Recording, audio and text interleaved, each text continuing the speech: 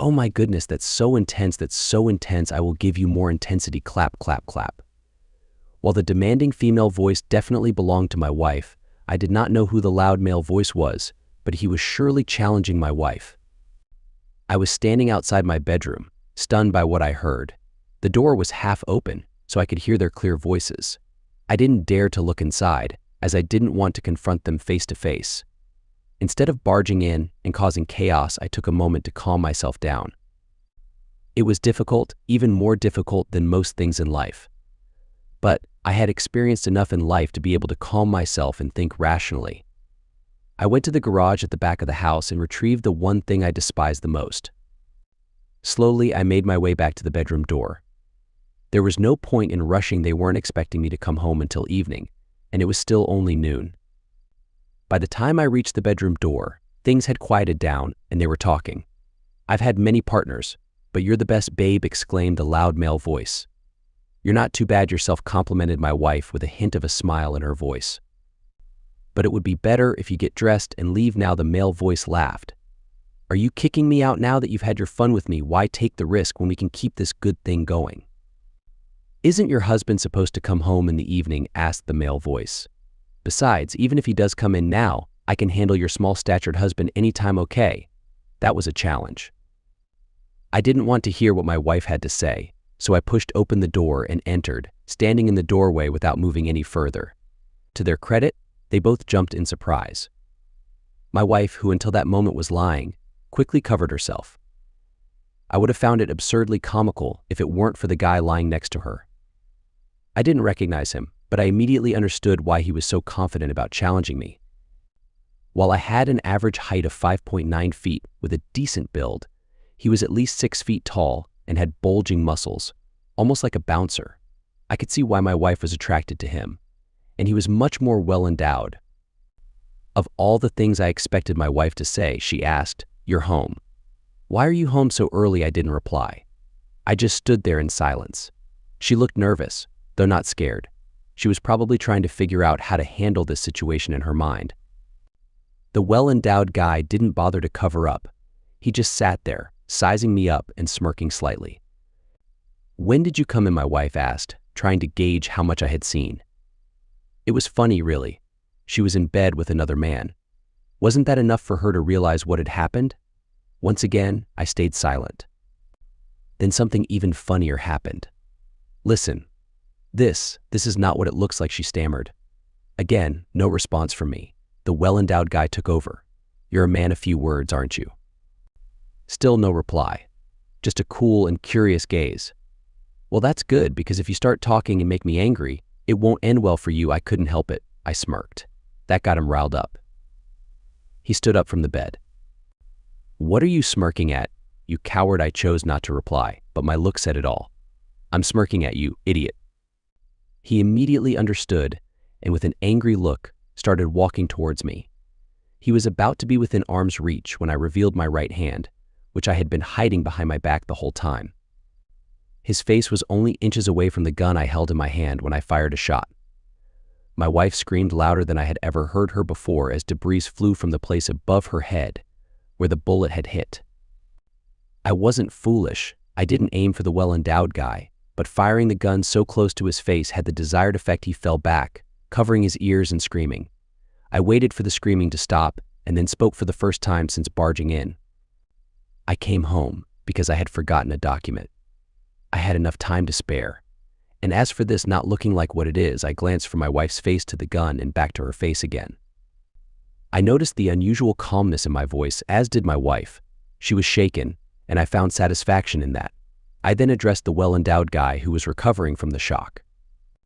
"I'm not usually the silent type, but with you, I really don't have anything worth saying. And as for facing me, well, that depends on whether you want to stay alive." He didn't respond, just kept looking at me and then at the gun, still a bit disoriented. "You're not going to kill us, are you?" my wife asked, trying to appear braver than she actually felt. "You can't, you're not a killer," I smirked. "Well, I also thought you were a faithful wife. But it turns out you're a cheating liar. If you can surprise me, I can surprise you just as well, can't I?" That shut her up. Before doing anything further, I decided to inquire more. How long has this been going on? I saw a glimmer of hope in her eyes. Today was the first time. Wrong answer. I shot a few inches below my first shot, causing debris to fall on her once again. She screamed and cried out. I told you I had enough time, which means I've heard things that made me suspect today wasn't the first time. I pointed the gun at my whimpering wife. Give me the correct answer now. It's been a month, she stammered. And who is he? She hesitated for a moment before answering. He's a bouncer at a club that my friends and I visit. I was right. Her friends were a group of 4 girls, including her. Do they know about this? They don't. Taking a chance. I shot once again, this time just beside my second shot. More debris flew. More screams. More crying. More whimpering. I waited. Do by now. My wife looked disheveled. The well-endowed guy had sat up. Listen, man, that's all he managed to say before my 4th bullet landed just above his head, showering him with debris. They both screamed this time, and my wife was shaking uncontrollably, trying her best to maintain composure. You speak when I tell you to. If not, a bullet will find its way into your body. I pointed the gun at his lower region, and he instinctively covered it with his hands. I silently thanked my father for building this house at least a kilometer away from others. There was nobody coming in response to my gunshots. Are you married? I asked him. No, I'm not, he croaked. So you have no wife or kids to support. Your death wouldn't matter to anyone, I questioned, pointing the gun at him. I take care of my parents, he hastily volunteered. That's unfortunate. You should have thought about them before. It might be too late now. Please, I'm sorry, he pleaded. Sorry for what? Sleeping with my wife? Getting caught in the act? Trying to harm me? Failing to do so, I let my anger show. He remained silent, only shaking his head. My wife saw something in my face that shocked her. I knew what it was, and I knew things were about to get worse. You see, I had always been a yes, dear guy, someone who was easily walked over, but there was a reason for that. Bang. My 5th bullet landed just next to the 4th, triggering another round of screaming. When I ask you a question, you answer. Okay, I said, pointing the gun at the well-endowed guy. He nodded, tears streaming down his dirt-covered cheeks. I'm sorry I got involved with your wife.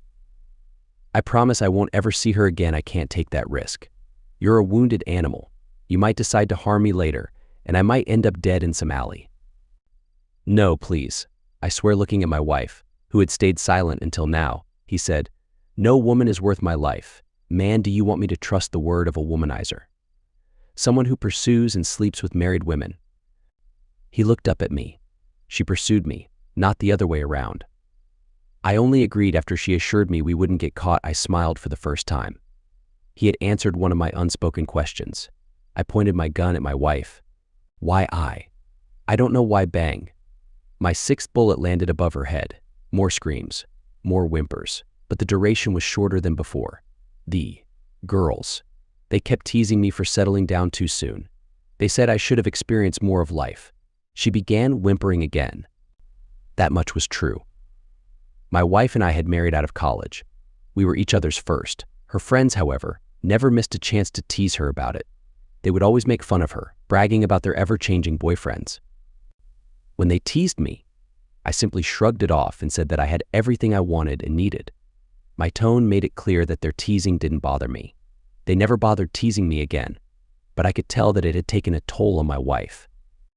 She seemed to be holding something back. I decided to talk to her about it later. Then a thought hit me. What were you going to do if the baby didn't look like me? She went silent, shock written all over her face. I didn't see protection. I turned to the other person. Did you wear protection? No, I couldn't find any that fit properly, he admitted. I turned back to my wife, waiting for an answer. After a moment of hesitation, she finally spoke. I had started taking pills before we started. Where are the pills? I asked. She looked uneasy as she replied, They're in my bag. Show me. As she reached for her bag, she clutched the sheet to her chest. Drop the sheet, I commanded, my voice cold. Please, she pleaded. The 2 men in this room have seen your body, one without permission. Who are you trying to protect your dignity from? She flinched and reluctantly dropped the sheet. While her body may have been beautiful, it no longer held any allure for me. Her fair skin was now marked with bruises, especially around her front and back. "How did you plan on explaining these bruises to me?" I asked, pointing at the battered skin. Then it hit me over the past month or so. She had been refusing to be intimate with me, coming up with various excuses. I trusted her and wasn't pushy, but now I regretted both. She looked ashamed, having realized what I must have thought. She took out the tablet strip from her bag and showed it to me. There were enough empty pockets to convince me that she wasn't trying to conceive. "How were you going to explain the possibility of an STD?" I asked next. Her head snapped up so fast I thought it might break. I pointed at the other person. "He's not your faithful husband. Do you really think he would keep it with him when other people came calling?" The fear on his face confirmed her worst fears. "For all you know, you could have contracted AIDS from him and passed it on to me," I shouted. "And what would you have done?" "Blame me." The other person tried to speak up. "Look, man, I've never felt sick or anything." I turned to him. "What is your education?" I sneered. He seemed taken aback. "I only finished high school." Exactly as I thought, I belittled him, a plan forming in my head. "I bet you don't even know what AIDS stands for." I continued angrily. AIDS affects different people in different ways. Some may have it without even realizing it for years, while for others it may manifest within months. Of course, I can't hold it all against you. "You are a disease yourself." My wife put her head down and openly sobbed. The other person looked furious, as if he wanted to hit me. "So, you risked our lives for a taste of this disease?" I spat at my wife. "I hope you enjoyed it, because you might be bedridden by this time next year. I hope the memories of your affairs bring you comfort as you wait to die." "Please stop," she wailed. "You should have been the one to stop, especially now that we may both be infected." "Do you want me to stop talking about it?" I spat. Silence fell in the room for a moment before I said, "You're right. Neither of you are worth my bullets. Just let yourselves die." Saying this, I removed the cartridge from the gun, glancing at the other person out of the corner of my eye. As I expected, he lunged at me, but I quickly ducked and rolled, grabbing his legs and taking him by surprise. He tumbled down and landed face first. In a swift and practiced motion, I got onto one knee and twisted his leg until I heard a sickening crack in his knee. With my other hand, I retrieved the brass knuckles I had hidden in my pocket. He howled in pain, but before he could roll over, I lunged forward and slammed his head onto the floor.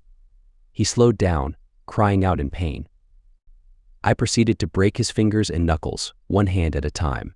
Satisfied with the amount of pain and suffering he was experiencing, I stood up. My wife had frozen in place. She had never seen me so much as raise my voice since she had known me, let alone resort to violence. The truth is, I had a difficult childhood. My mom left my dad and me in the middle of the night for her lover. We never heard from her again, but the bullies at school made it their mission to remind me of it every chance they got, both physically and verbally. Since we lived in a small town, the gossip spread like wildfire and fueled the bullies even more. When I couldn't take it anymore, I fought back but failed. I failed many times, but each failure taught me valuable lessons. The physical pain was far easier to bear than the mental torment. Eventually, the pain became a motivator, and I became better at defending myself. The bullies started to end up in the hospital. One day, one of the bullies' fathers had to be hospitalized after he confronted me on my way home. I kept up a steady stream of verbal assault until he hit me in front of everyone. I retaliated, and since I had been hit multiple times before I hit back, it was considered self-defense. My dad realized that something needed to change, so he put me in therapy, which helped tremendously. The psychiatrist I saw was excellent.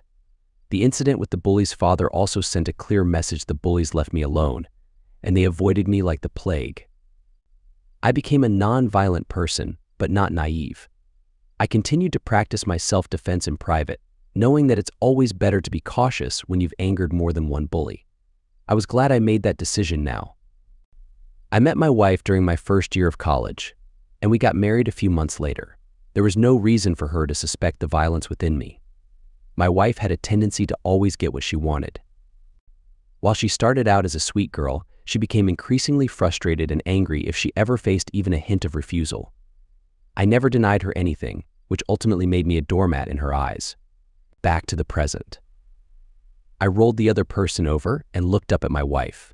"You might want to turn away. This is about to get ugly, and if you try to run, You might end up like him, still frozen." She watched as I got to work. I twisted his good leg until I heard another snap. His screams should have been heard for miles. Then I knelt down and began punching his legs, working my way up. I avoided his private areas and face, aiming to inflict pain rather than cause any permanent damage. Whenever he passed out from the pain, I would revive him with a few slaps. It took me 15 minutes to finish what I started. Slipping the brass knuckles back into my pocket, I took a moment to admire my handiwork. I was proud of the fact that there wasn't much blood. However, he had more broken bones than I could count, and his muscles were swollen and distorted. To give him a little extra, I focused on his biceps. He was unconscious but still breathing.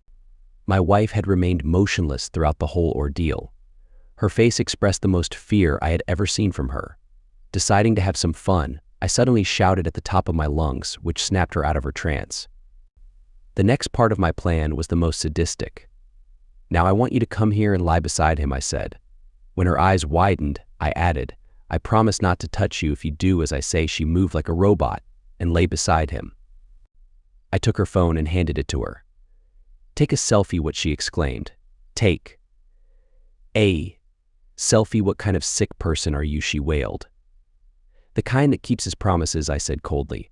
"Now, take the selfie." With trembling hands, she took the picture. I made her take it again and again until we had a clear shot. "You can get up, but don't clean up," I instructed. She stood up and went to sit on the bed. "What are you going to do?" "He might die." "No," I replied. "He will live. You see, he's in so much pain that his body has shut down. In other words, he fainted." I dialed a number on my phone. "I have an emergency at home. I need you to come and bring an ambulance with you. Oh, and bring a female police officer." My wife was assaulted. When I turned to look at my wife, she was trembling with a mixture of fear and disgust. "You could have killed me. Please kill me." "Anything but this." I sat beside her and tried to put my arm around her shoulder, but she moved away. I forced my arm around her anyway, and she looked away. "Look at me." Her whole body shook before she reluctantly faced me. "How else would you have wanted me to handle this? You. She shook her head in frustration. "Exactly. He needs medical attention if he has any chance of fully recovering. If I take him to the hospital and tell them the truth, I won't go to jail because it was self-defense. But you would be labeled as the town's disgust." She flinched, and I smiled. "If we say you were assaulted and I defended your honor, everyone will feel sorry for you, but they won't think of you as a disgust. Or, better yet, if we kill him, there won't be any need for the hospital. The court will treat the case with privacy. What do you say? Shall we kill him?" I asked, pulling out the gun from my pocket. She stared at me in horror. "Are you serious? What? Don't tell me you love him." "No, but you can't kill him. That's inhumane." "I made a promise, and I intend to keep it." "What promise are you talking about?" "My promise to protect your honor, the promise I made in our marriage." "Just because you broke your promise of remaining faithful, does that mean I should break mine?" "No.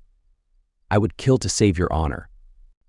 I pointed the gun at the motionless body of the other person. It took a full minute for her to respond. "You could say I was assaulted. TSK, look at him. He can't be much older than us. He's single and has parents to care for him. He might not be able to walk again, or worse, he might not be able to use his hands if his nerves are damaged. All because you wanted a taste of something different." I sighed. "How could you be like this?" she asked through clenched teeth. I then proceeded to tell her the story of my childhood and the bullies I faced. "So, you see, my life has come full circle. I suffered because of my mother's infidelity. Or would you have preferred for me to be the sweet, obedient husband you thought you knew, only to be beaten by him? Because make no mistake, he was lunging for me." She fell silent. "I want an answer. A straightforward one." She trembled. "No, I was going to try to stop him when you shot. So, no, I wouldn't have wanted you to be hurt." She was telling the truth. I had been observing her out of the corner of my eye, and she did make an attempt to intervene. Just then, we heard the sirens. I walked over to the closet, got a bathrobe, and gave it to her, which she wore immediately. The first person to rush in was Inspector Ravi, my oldest friend. Taking a quick assessment of the situation, he asked me, "Is he going to live?" He should turning back. He called for help and 2 paramedics came in along with a female officer. He pointed at the motionless body of the python. The paramedics performed some basic tests and announced that he should be taken to the hospital immediately, which they did. Once they left, Inspector Ravi looked around and his eyes locked onto the bullet holes. Are those bullet holes? What happened? I'd come home to get some documents.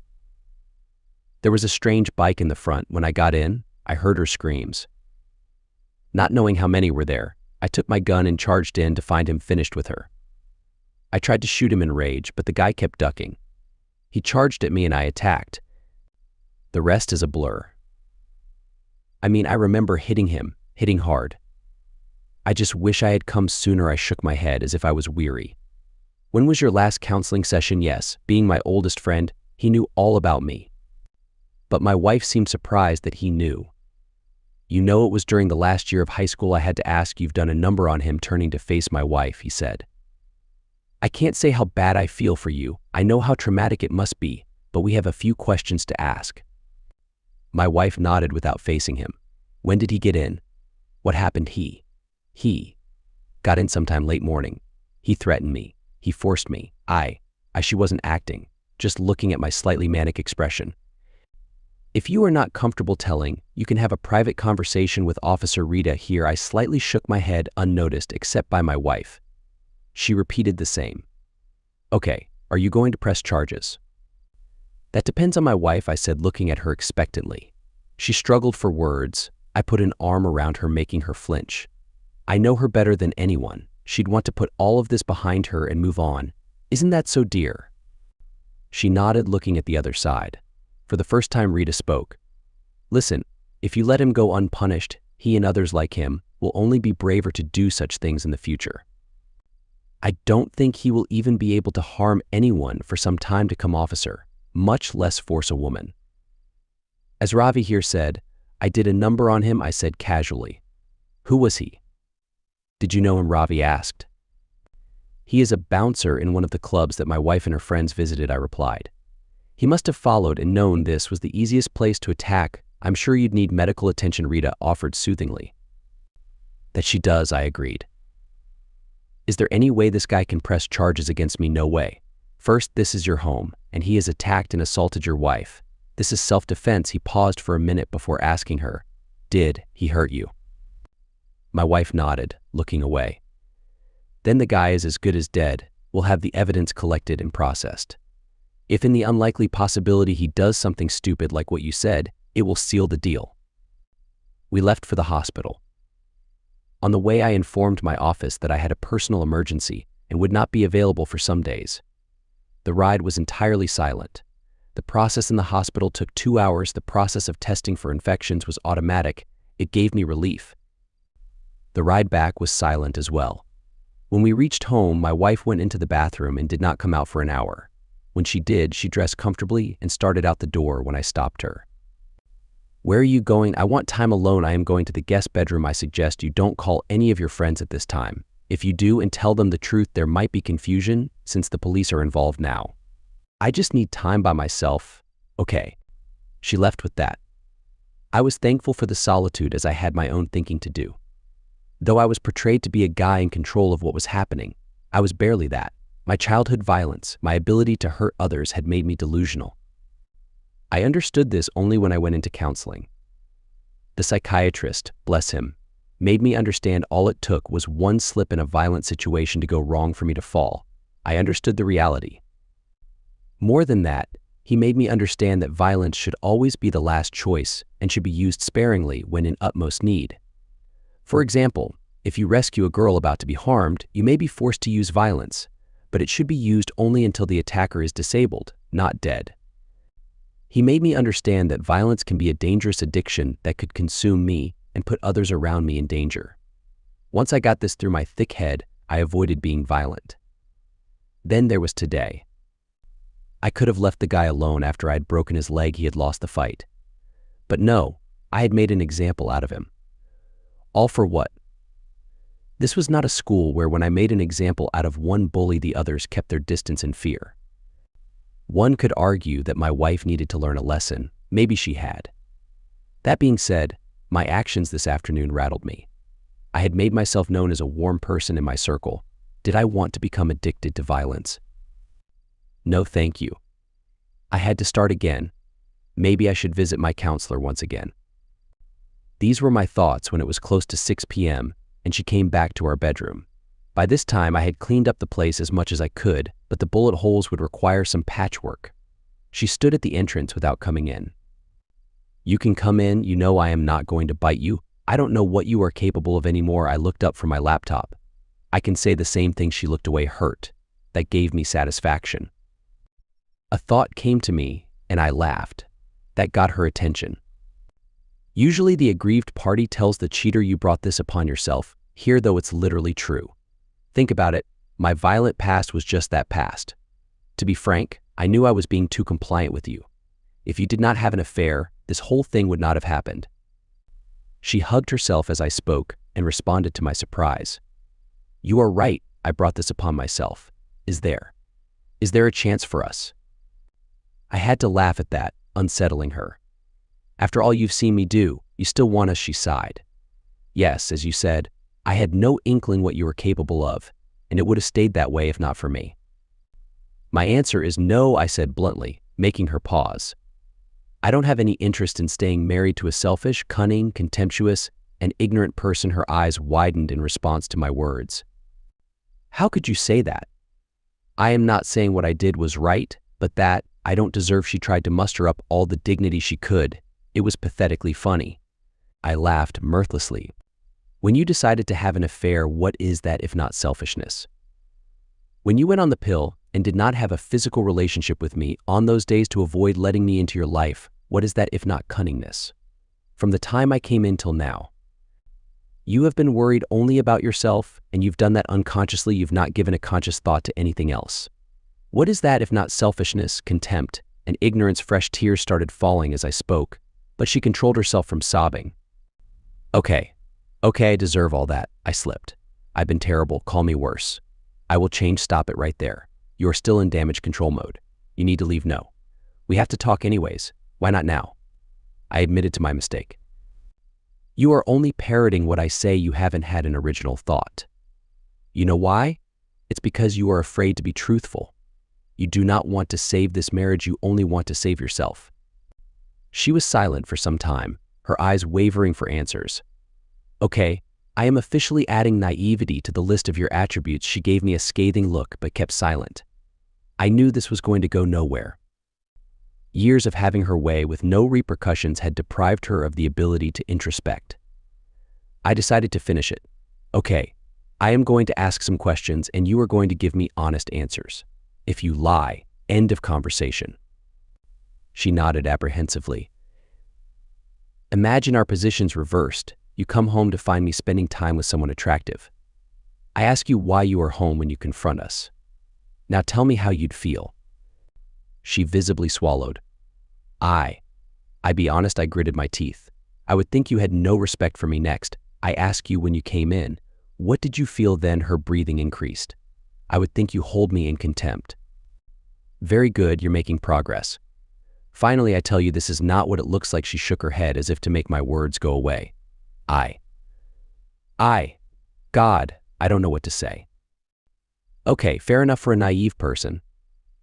Let me ask you this, all these questions aside. What's the minimum thing you'd expect from me? Her hand went to her mouth. She sobbed for a minute before saying, I'm sorry. She continued to sob for another couple of minutes. I felt no triumph. She slowly walked and sat at my feet.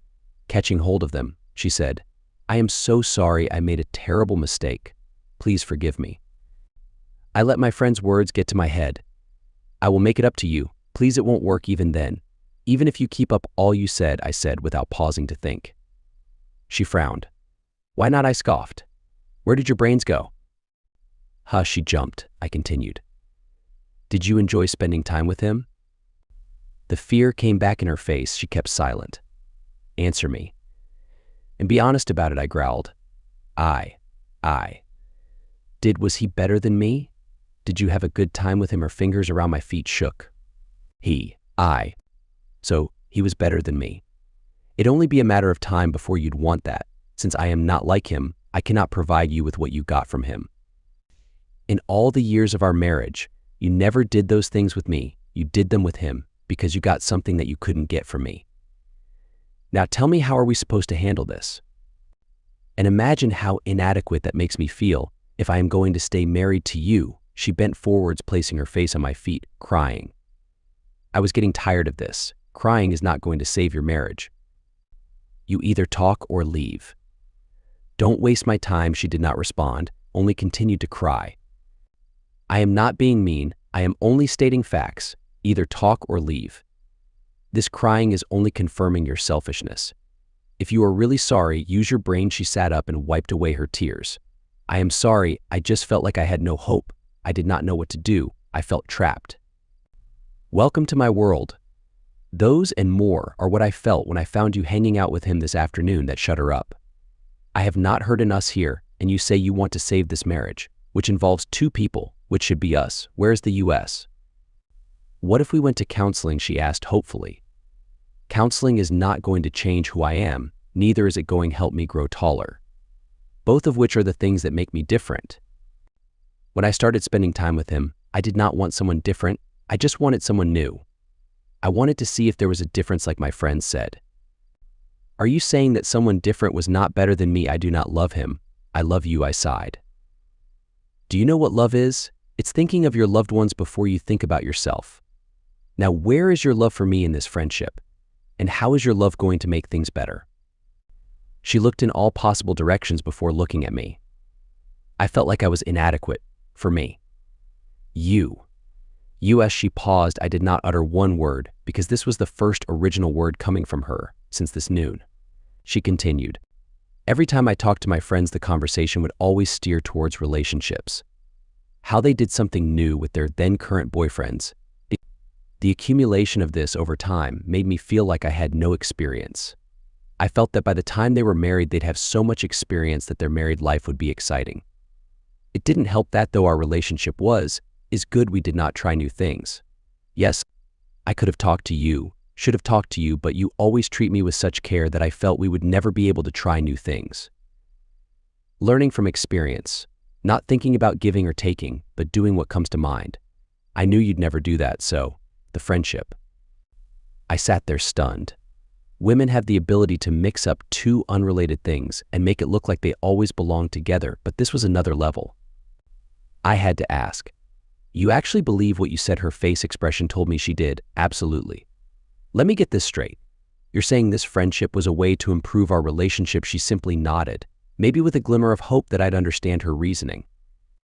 Her logic was not great, yet I wanted to understand it. I was disappointed in what I did earlier. How long were you planning to have this so-called friendship? She looked down and rubbed her hands together before answering. I hadn't figured that out. I rubbed my temples. If this friendship was about you improving our relationship, how come things became worse in the last month? She faltered. I didn't expect Robbie to be so different. Every time I was with him, I was afraid you'd find out since I felt like I had changed. That's why I avoided being close with you once I'd been with him. She was getting smarter, at least in her explanations.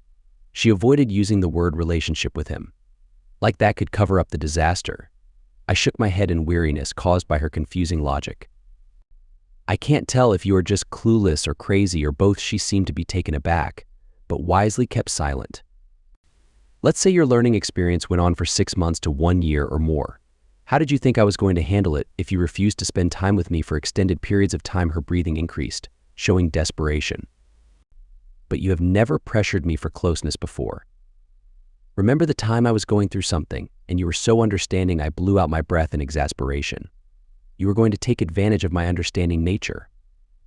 She quickly looked away and stayed silent. You do know that your body would have been negatively affected after being exposed to something harmful, right? How were you going to explain that I don't, she trailed off, looking away. You were enjoying it too much to think about the consequences. I sighed.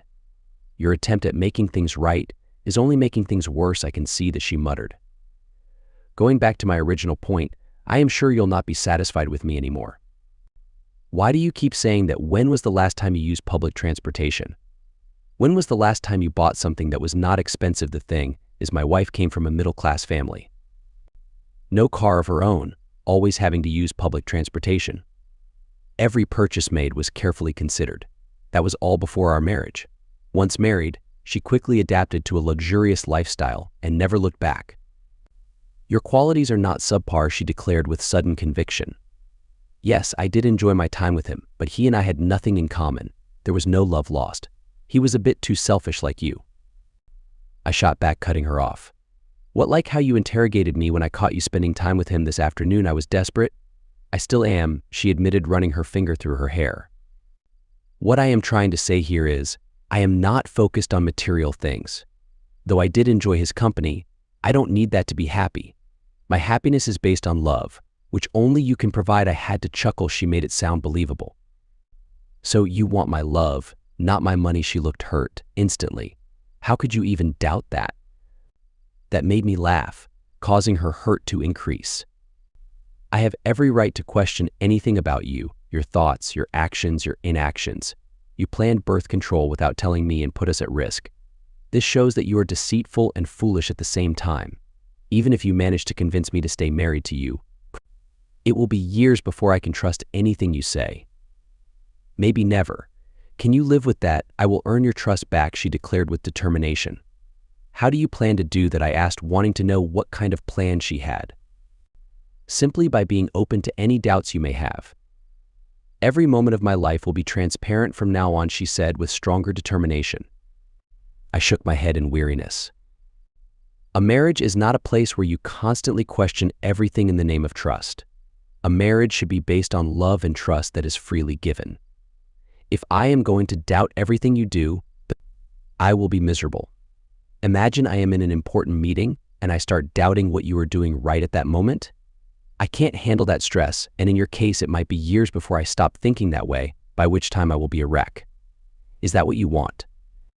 Just as I thought I had caught her off guard, she gave me a counter-proposal I didn't expect. What if I brought my mother to live with me? I will no longer go out with my friends, and if I do go out, it will be with either you or her. That way you can rest easy knowing I have someone to watch over me, someone to account for my time without you needing to check up on me every hour. This was the side of her that had always won arguments. Its appearance angered me.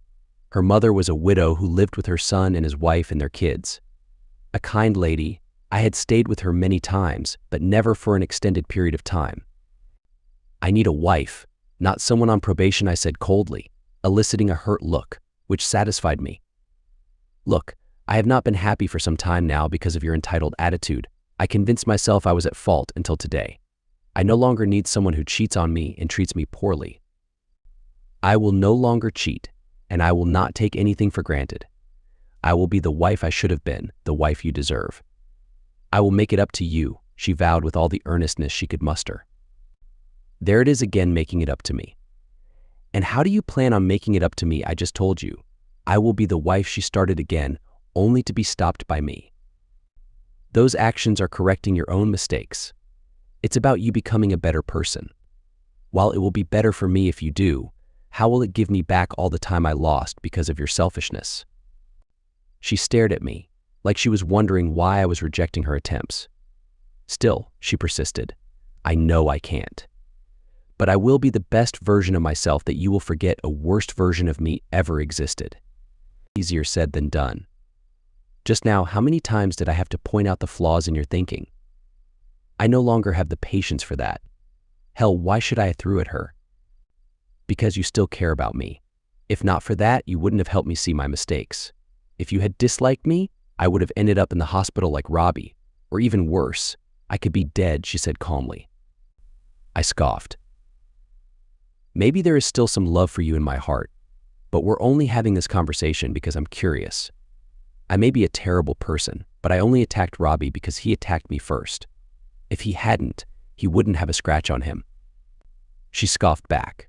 He attacked you because you wanted him to. You planned for it to happen. What sane person would provoke and taunt someone much stronger, all while holding them at gunpoint, only to lower the gun when they've had enough? She shook her head and weakly smiled at me. Robbie fell into your trap, and so did I. From now on, he will always be my assailant, and I will be a victim. So, she saw right through my plan? Good for her. That lets me know not to mess with her. I shrugged. You still haven't convinced me how you'll make it right. What can you offer me that I don't have? She looked straight into my eyes. What? You want retribution? Maybe go out with some of my friends. I want to ruin them even more for destroying my marriage, I said casually, with a slightly mischievous grin. Her reaction was immediate. She was terrified. Please don't do anything impulsive. Leave them out of this, please, I sadly nodded. If only you had cared about my well-being as much as you do for your friends. Her lips trembled. I do, I care a lot about you, prove it. Now, I said, growing impatient with her. Don't ask me how. I didn't tell you how to have an affair, yet you managed to have one. If you truly care about me, you should be able to figure out a way without my guidance. If you can't do that, then leave. Within a second, she sprang up and left the room. I was sad to see her go, but deep down, I knew it had to happen. A minute later, she returned, surprising me. She was holding a pair of long scissors. She emptied her purse on the bed, then proceeded to cut up her credit cards and debit cards one by one. Those cards were her pride and joy. I can still remember the day she showed them off to her friends, making them jealous for once. Once she finished, she picked up her phone and made a call. Hello. Hi, Mom, how are you? I'm good, Mom. I need a favor. I want you to come live with us for a while. Everyone has problems, but nothing is unsolvable if you make an effort. I don't want to burden you with the details. I'll figure it out myself. But I need you here with me if I'm going to solve it. I don't know for how long, Mom. I'll talk to my brother and let him know I want you here. I'll also let you know when to come later. What? No, I'm not pregnant. Listen, you need to trust me on this. Thanks, Mom. I know I can count on you. Bye. Love you too. Once the call ended, she made another call. Hey, hi, Ria. I just wanted to let you know that I don't want to see or hear from our gang anymore. You can tell the others. No, this isn't a joke. I'm dead serious. Today marks the end of my madness. Life happened. Okay, I want to get my act together, and I want to do it by myself. No, he didn't force me to do this. It's all my decision. Yes, I know what I'm doing. Now, goodbye. She hung up. She and her gang had been together since kindergarten, so it must have been tough for her to make that decision. I reluctantly accepted that she was committed. She looked at me. I no longer have any money except for the cash you may give me. I'm done with acting entitled. My mom will be here once I let her know. I have no more friends, no one to show off to accept you. Do you trust me now, knowing that you're the only one I care about? I shook my head and chuckled. This could all just be a temporary arrangement, for all I know. Her anger flashed for a moment, but before she could say anything, I continued. However, I'm willing to give you a chance. Her shoulders relaxed. That's all I ask for. Epilogue. Her friends came to our home that night, but she didn't let them in. That night, she woke up screaming from a nightmare. I knew it would happen. She was reliving the moment when I fought off the menacing snake. I had to hastily go from my bedroom to the guest room where she was sleeping, and I held her tightly to calm her down. It would take some time for her to stop having these nightmares. She never mentioned them once she was awake and clear-headed. The next day, her mom moved in with us. To her credit, she never asked me what happened, and she continued to be the same sweet lady as always.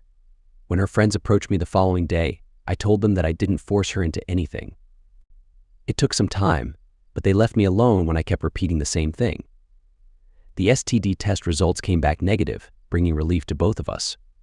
The police handled the case with utmost discretion, and it never made it to the newspapers. We attended counseling together. It was the same counselor who helped me with my anger issues.